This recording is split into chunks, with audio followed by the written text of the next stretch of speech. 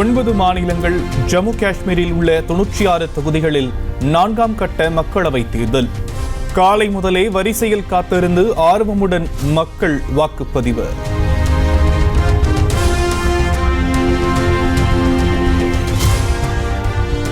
ஆந்திராவில் 175 சட்டப்பேரவை தொகுதிகளுக்கும் இன்று ஒரே கட்டமாக தேர்தல். ஒடிசாவில் மொத்தமுள்ள 147 சட்டப்பேரவை தொகுதிகளில் 28 தொகுதிகளுக்கு முதற்கட்ட வாக்குப்பதிவு தொடங்கியது.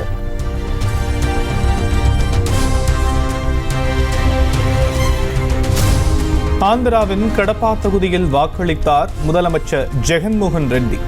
குண்டூரில் உள்ள வாக்குச்சாவடியில் குடும்பத்துடன் வந்து முன்னாள் முதலமைச்சர் சந்திரபாபு நாயுடு வாக்களிப்பு.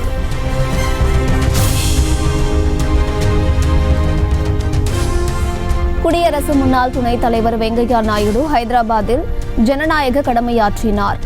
மத்திய அமைச்சர் கிரிராஜ் சிங் உள்ளிட்டோரும் வாக்குப்பதிவு.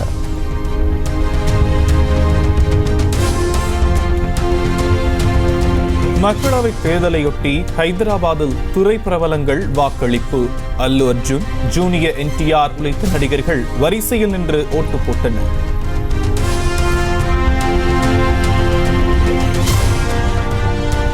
உத்தரப்பிரதேசத்தின் வாரணாசி தொகுதியில் 3வது முறையாக போட்டியிடும் பிரதமர் மோடி நாளை வேட்புமனு தாக்கல் செய்கிறார். இன்று காசி விஸ்வநாதர் கோவிலில் சுவாமி தரிசனம் செய்த பிறகு ரோட் ஷோ நடத்தவும் திட்டம்.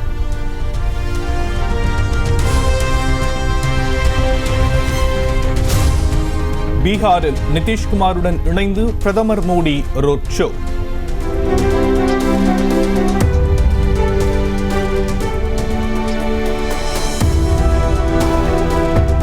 தீபாரதனை எடுத்தும் மலர்களை தூவியும் பாஜக தொண்டர்கள் வரவேற்பு.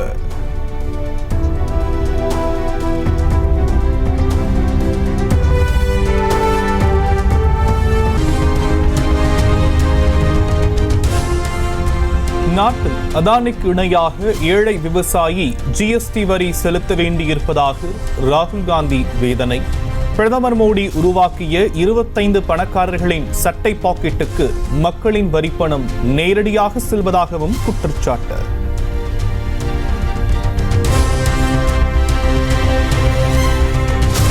தொகுதி மேம்பாட்டு நிதியில் 70% அதிகமான தொகை சிறுபான்மையினருக்காகவே செலவழிப்பு. ரேபரேலி MP-யாக இருந்த சோனியா காந்தி தொகுதி மக்களை புறக்கணித்ததாக மத்திய உள்துறை அமைச்சர் அமித்ஷா குற்றச்சாட்டு.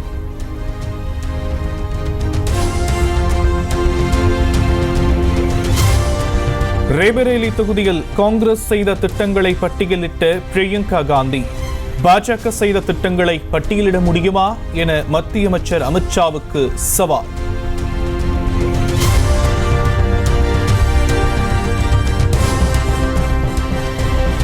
மூன்றாவது முறையாக பாஜக ஆட்சிக்கு வந்தால் ஏழைகள், தலித்துகள், பழங்குடியினர் அடிமைகள் போல நடத்தப்படுவார்கள். காங்கிரஸ் தேசிய தலைவர் மல்லிகார்ஜுன கார்கே எச்சரிக்கை.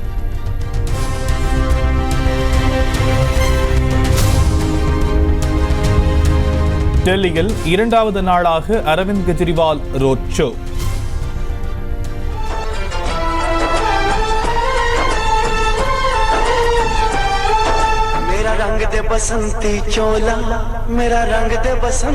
இந்தியா கூட்டணிக்கு வாக்களித்தால் தாம் மீண்டும் சிறை செல்ல வேண்டியதில்லை என பேச்சு.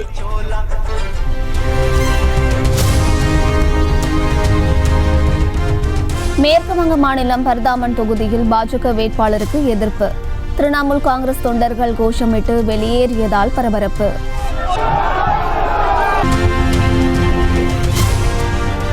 நாகப்பட்டினம் மக்களவை தொகுதி MP M செல்வராஜ் காலமானார். உடல்நலக்குறைவால் சென்னை மியாட் மருத்துவமனையில் உயிர் பிரிந்தது.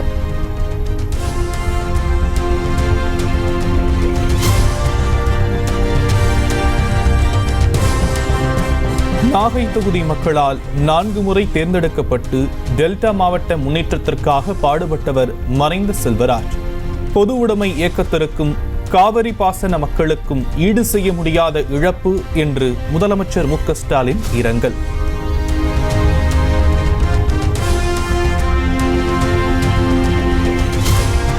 தமிழகம் முழுவதும் நேற்று 6 இடங்களில் சதமடித்த வெயில். அதிகபட்சமாக ஈரோட்டில் 105.44 டிகிரி ஃபாரன்ஹீட் வெப்பம் பதிவு.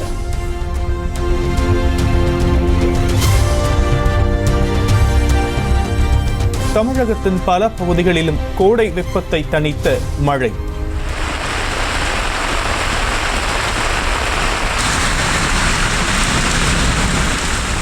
பரவலாக மழை பெய்ததால் மக்களும் விவசாயிகளும் மகிழ்ச்சி.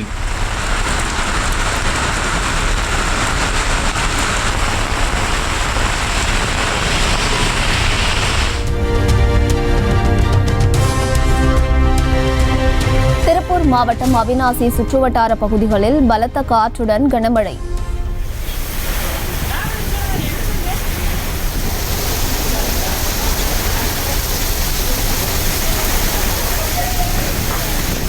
இடி மின்னலுடன் மழை வெளுத்து வாங்கியதால் மின்தடை.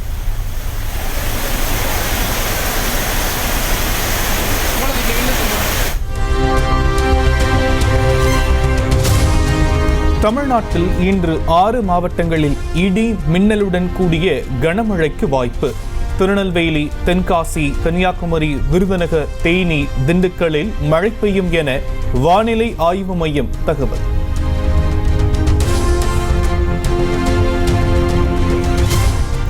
தமிழ்நாட்டில் ஒரே வாரத்தில் 1 லட்சத்தை கடந்த பொறியியல் மாணவர் சேர்க்கை விண்ணப்ப பதிவு.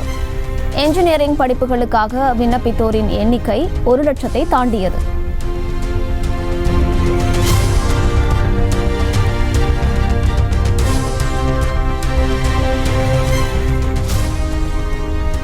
எத்தனை வழக்குகள் போட்டாலும் பேசுவதை நிறுத்த மாட்டேன் என அண்ணாமலை உறுதி. உண்மையை பேசியதற்காக பாஜக நிர்வாகிகள் மீது வழக்கு தொடரப்பட்டுள்ளதாக குற்றச்சாட்டு.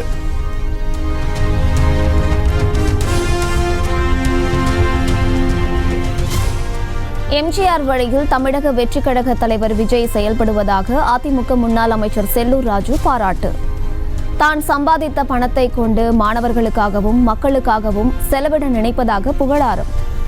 நல்ல செயல்படக்கூடிய பொதுவாக மக்களுக்கு செய்யணும். புரட்சித் தலைவரை போல தான் சம்பாதித்த பணத்தை ஏழை மாணவர்களுக்கு தான் கொடுக்கணும்னு செய்கிறாரு. சென்னை அண்ணாநகர் 4வது அவென்யூவில் உள்ள லிவிங் ரூம் என்ற தனியார் மதுபான பாரில் நள்ளிரவில் போலீசார் அதிரடி ரெய்டு. கணக்கில் காட்டப்படாத வெளிநாட்டு ரக மதுபானங்கள் பெட்டி பெட்டியாக பறிமுதல்.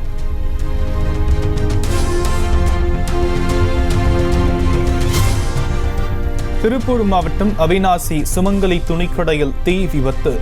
தரைதளத்தில் இருந்த துணிகள் முற்றிலும் கருகி சாம்பல்.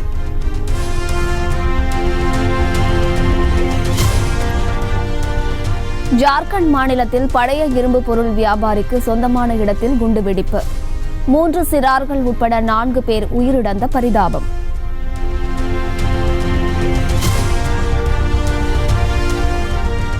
ஸ்கார்பியோ காரில் 7 கிலோமீட்டர் தொலைவுக்கு பெண்ணை துரத்திச் சென்ற 4 பேர் கொண்ட கும்பல். பஞ்சாப் தேசிய நெடுஞ்சாலையில் நடந்த சேசிங் வீடியோ காட்சிகள் வெளியாகி அதிர்ச்சி.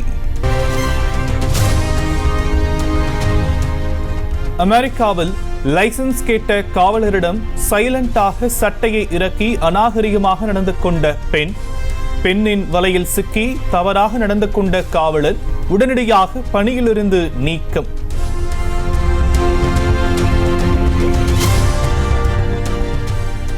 ராஜஸ்தான் அணியை 5 விக்கெட் வித்தியாசத்தில் வீழ்த்தியது சென்னை. வெற்றி இலக்கை 19வது ஓவரிலேயே எட்டி அசத்தல்.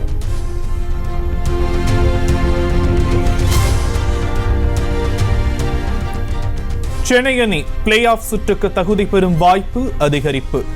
7 வெற்றிகளுடன் புள்ளி பட்டியலில் 3வது இடத்துக்கு முன்னேறி அசத்தல். ஐபிஎல் லீக் போட்டியில் டெல்லி அணி வீரர் அக்சர் பட்டேலின் போராட்டம் வீண்.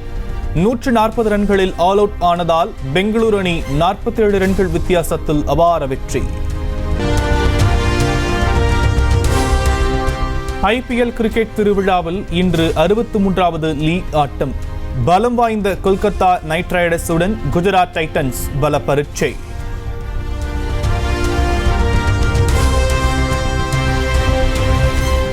இந்தியாவில் சாதி பாகுபாடு இல்லை என்று சொல்பவர்கள் எங்கு வாழ்கிறார்கள் என்றே தெரியவில்லை. திரைப்படங்களில் சாதியை வளர்ப்பதாக குற்றம் சாட்டிய இயக்குனர் பிரவீன் காந்திக்கு வெற்றிமாறன் பதிலடி. இன்னைக்கு இல்லை அப்படின்னு ஒருத்தர் சொல்கிறாங்க, அல்லது சமூக ஏற்றத்தாழ்வு இல்லை அப்படின்னு இன்றைக்கி ஒருத்தர் சொல்கிறாங்கன்னா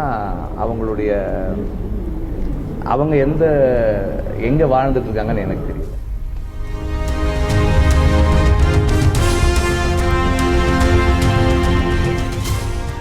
ஆரஞ்ச் சேலையில் ரசிகர்களை ஆட்டி படைக்கும் சூர்யா பட நடிகை அபர்ணா பாலமுரளி.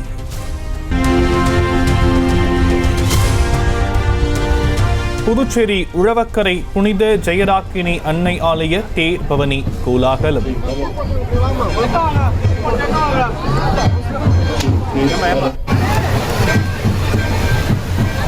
கிறிஸ்தவ பாடல்களை பாடியபடி ஏராளமானோர் ஊர்வலம்.